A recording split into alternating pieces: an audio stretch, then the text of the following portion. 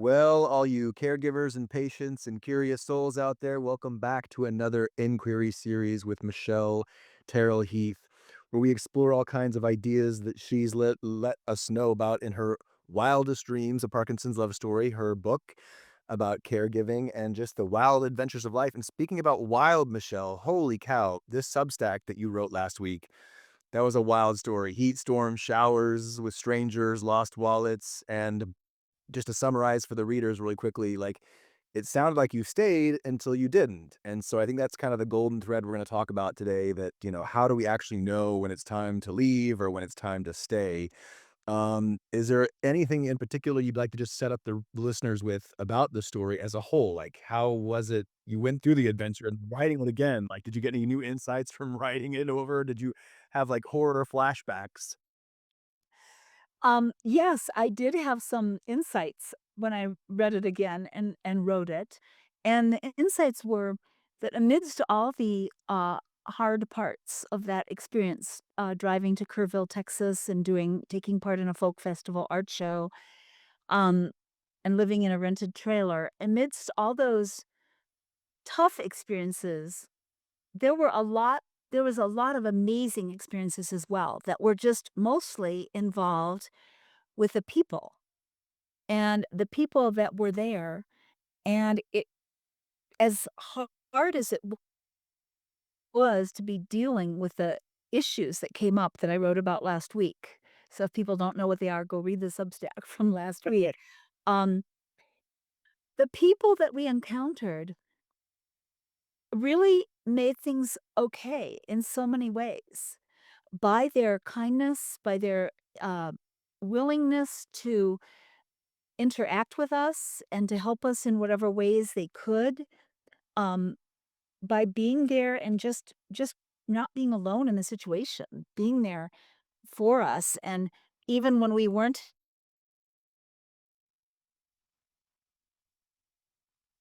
helping, retrieve our lost, booths, our lost items that were blowing away in the tornado-like winds, and when we weren't even there, going to get them and secure them, and just the kindness and the caringness of people can make the biggest difference in the worst of circumstances. My goodness, that goes back to so much of those community questions that we always get involved in, and it reminds me of that thing that "You shall know them by their fruits," right? And I think the strongest of us are really about the company you keep. If we're thriving, it's because we have a whole lot of support around us, and that's something that a lot of people don't see, is that if we look like we're doing really good, it's because we've had a lot of amazing humans who have been lifting us up along the way, and that we also get to participate in lifting up. Um, so I kind of want to go into a little bit of this idea around, why you stayed in this moment. If people read the Substack, you'll know why you stayed in the moment of taking care of Andy, but why you didn't stay in the moment of the tornado that hit in this, time. And somewhere in there, I think in my own idea, you said moment by moment, and there's also the greater whole. And so a lot of people don't know maybe, but you do jewelry and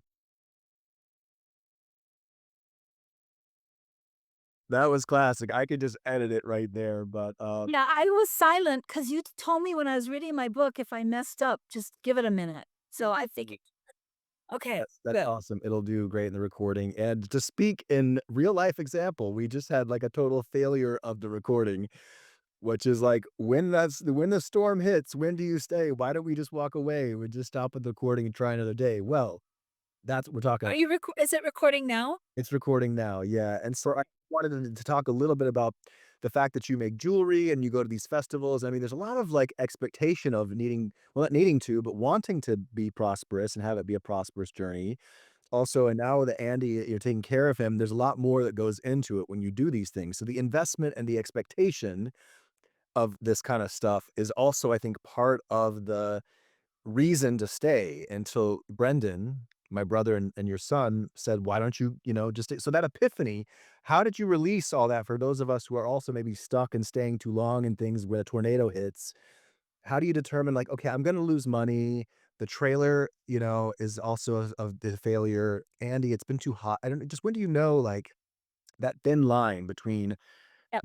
what's it worth for staying? How do you know Yes, I get it's that. worth it? Because I would say that we often when you have a goal or an intention that you are a vision, say, that you are trying to accomplish or to reach, uh, you know that the way life works, there's gonna be challenges. You know there's gonna be hard parts. If you leave your even at home, there will be hard parts, but if you leave the safety of your little home cave, whatever that is for you, and you head out into the big bright world, there's gonna be challenges. So, we know that.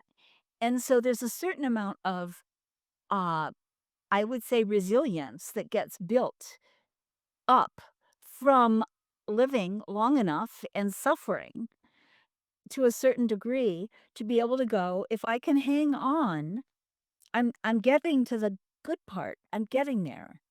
And I need to hang on because otherwise I'll never accomplish anything. You know? It sounds a lot like when you're on a because you've done this before too, and if people read your book, they'll know that you went on a crazy wild and you're always about wild adventures for wildest dreams, but there's a sailing trip and there it involves a big storm, and I think a lot of sailors, when they set out, they expect upsets, and that's what, our great friend Perch would always say too.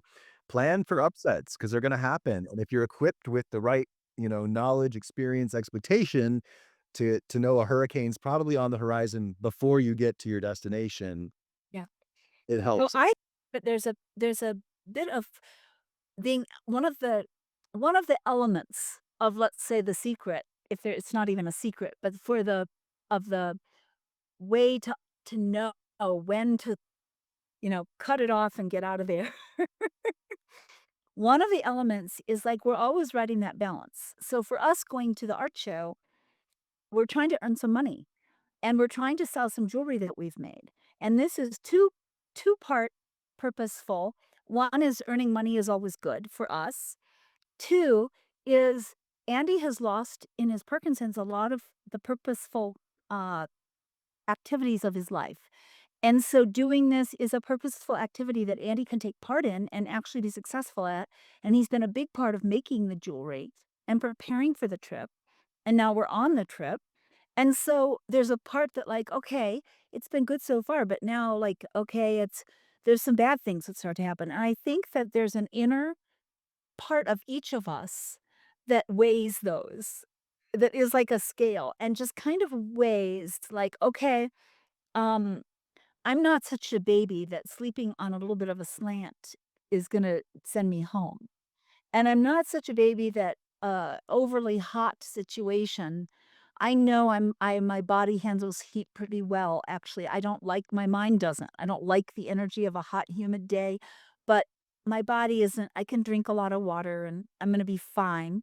You're I resilient. know You're resilient, Yeah, you're adaptable, yeah. yeah. I mean, I think it was funny to be in a communal shower of naked men, like, whatever I'm dressed, showering.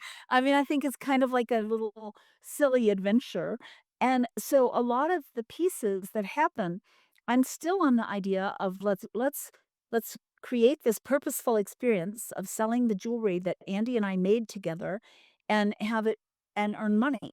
So both of those are going on, Right. and what I would say is after realizing that the show wasn't gonna earn us any money and we were gonna lose money, so it was a matter of we could stay another week in the same miserable conditions Yeah.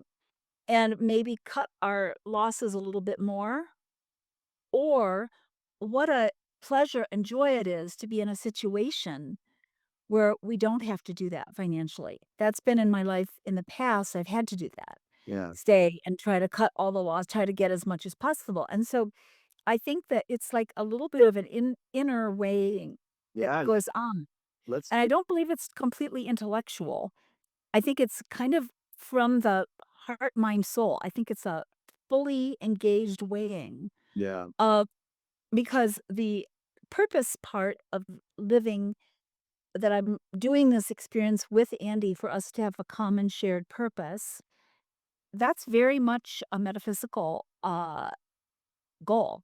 yeah, But the actual earning some money is another a very materialistic goal, and then the other goal was to have fun, and that's a very centered. Like, let's have fun.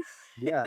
I mean, I So would like to build off that for a second or just throw it in. I know you're not finished with that thought just yet, but, no, okay. there's the instinct also that plays out. So, like, my gut oftentimes, if I'm going down or all of our guts tell us if, like, we see a mob coming towards us to go the other way, or if there's a dark alley and you don't feel good about going down there, you oftentimes, your gut's really good at helping keep you away from situations that will harm you, right? So it's sometimes instinctual, like, it's time to go. This is not working, you know? And the one thing I wanted to build off that was that idea you said about survival. You had been in survival mode before where you had to make money, so you might have stuck it out in other times. But, Yep. and this is for the audience as well that's listening, is, can that be a hindrance of leaving? If you're stuck in survival, can you see clearly enough to leave even if No. you're not gonna survive, right? Well, if you're stuck in survival, you're stuck. You're stuck. That's the part. You're stuck. You're stuck in your circumstances. You're stuck there. You have to see everything through and it still doesn't help. So when you're stuck, you're stuck. So And to get unstuck, mhm. Yeah, tell us the honest I'm like, you said you're stuck. I was like, "Well, I'm not gonna feel very good at this pot." Alright, tell us how to get unstuck. Yeah, thank you. to get unstuck, you have to go another level. You have to go a level deeper. And so you have to either it like Andy used to always talk about the short term and the long term. So you either have to justify the short term with the possible long term, or you have to make a change that you're going to suffer in the short term in order to help the long term, or you're going to change the short term completely, transmute it like from one thing to another thing. And in that experience, you may suffer more for a period of time Yeah, because you're teaching something entirely. yeah, Let's talk about somebody who's a drinker. And if somebody's a drinker and they suddenly say, I need to change this, they're transmuting they're changing the entire experience of their life. And that's not easy. They're gonna suffer. That's just part of it. And I think but it's suffering for a reason. The suffering that I can't stand is for no reason, that I think nobody can stand. yeah, When people suffer because, um, they can't find a way out and there's no positive purpose. But suffering for purpose would be, yeah, taking a 2 to 3 week break from drinking and going through the withdrawal and getting stronger from it, and you're changing that experience of suffering into a different experience without suffering. But you have to get through the suffering. So in to say back to what we're talking about is it's so important to take it to a different level. And that's what I did, but it was very easy for me in this circumstance, especially after Brennan said, "Why don't you just go home?" I was like, "Wow, home." he gave you permission, which oftentimes we need. That's why we like what going back to those beautiful humans on this journey you wrote about.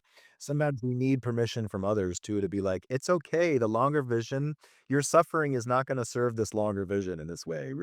That's what it was, and he didn't even tell me. He didn't say, "You should go home."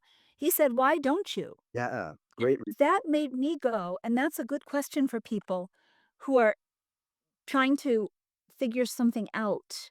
Um, a friend the other day was asking me, saying, "I was thinking of driving up to Durango to see my dentist.